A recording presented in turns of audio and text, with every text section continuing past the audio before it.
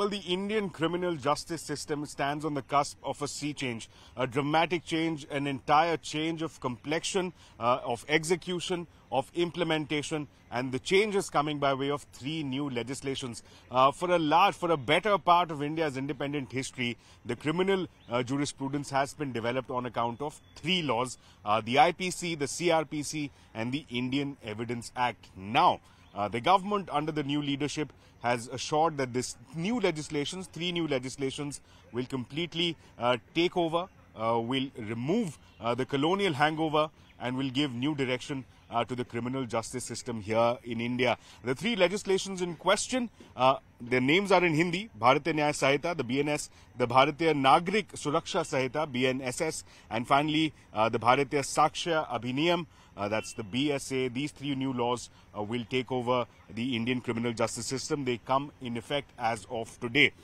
But there are questions being raised on the way forward. What are these questions? We'll try to structure them under three silos. The first question is that of the immediate reaction. Keep in mind that various bar associations, various senior advocates, various bar councils, state bar councils have raised grave concerns on this new legislation, on these new legislations. The questions being raised is that this will lead to a police state. They are draconian, even more draconian than the colonial laws that they seek to replace, and that this will bring about a police state. These are questions being raised. These questions are being echoed by senior members of the bar. So whether that's Kapil Sibal, the Supreme Court Bar Association President, Senior Advocate Abhishek Manu Singhvi, Senior Advocate Dushyant Dave, Senior Advocate Indira Jaisingh, all of them have voiced these concerns. And not just that, many of them have even sought a deferral, that these legislation should be put on hold till at least some of these teething issues, some of these implementation issues, some of these troublesome provisions are taken into cognizance and then are toned down. That's the concern coming in, that there is need for greater deliberation, especially within the legal community, and that they should be deferred. Now, the Bar Council of India importantly has taken note of this and has said that the Bar Council will invite now suggestions from various members of the legal community, will collect all of them together, will establish a committee. This committee will then deliberate on it and send its recommendations to the Home Ministry. So that's as far as the immediate implementation is concerned. With respect to the immediate implementation itself, important to point out that there is a PIL that's currently pending here before the Apex Court that also raises similar concerns and again has sought for a deferral of the implementation of the three new criminal laws. Draconian कानून तो वो थे जिसको हटाया गया है। ये कानून तो भारत की संसद ने और भारत की न्याय प्रणाली को आधुनिक बनाने वाले हैं। देखिए, जहां तक पेंडेंसी ऑफ केसेस का सवाल है, इस देश में सबसे ज्यादा शासन करने वाली पार्टी कांग्रेस है, तो हम पर नहीं मर सकते। पेंडेंसी ऑफ केसेस को कम करने के लिए ही ये कानून लाए।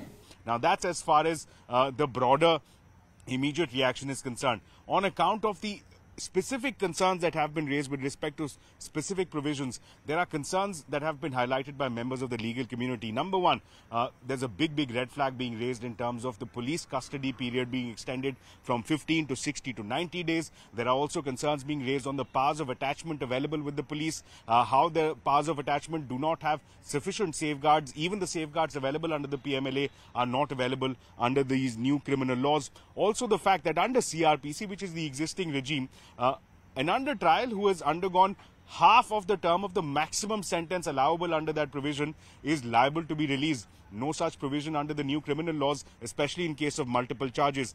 Importantly, the government has been batting about how sedition has been removed. While it has been removed, sedition does not find mention in the three new criminal laws. It, however, importantly, has been replaced with a new term called treason, and that this treason carries much harsher punishments. Also the fact that while adultery has been removed as per various decisions of the Apex Court itself, important to point out that there are provisions within the code which say that whoever takes or entices wife of any other man is liable to be punished under the new laws. There is also no recognition of marital rape. And finally, the last flag that has been raised is that various elements of these new criminal laws overlap with provisions of the FSSAI Act, the Drugs and Cosmetics Act, the Juvenile Justice Act, as well as the MB Act, that this will lead to a whole host of overlaps which cause concern. And finally, that brings us to the question of the last stage, which is institutional preparedness. is the lower court machinery, is the police machinery equipped, sensitized, and then educated on this new regime going forward? That's the final question that many experts raise, that this implementation of an entirely new regime, given as how the entire framework has been changed dramatically, could in fact call into question the implementation, the actual implementation at the ground level by the police agency. So concerns being expressed, there are big questions being raised on the way forward and the implementation of the new criminal framework.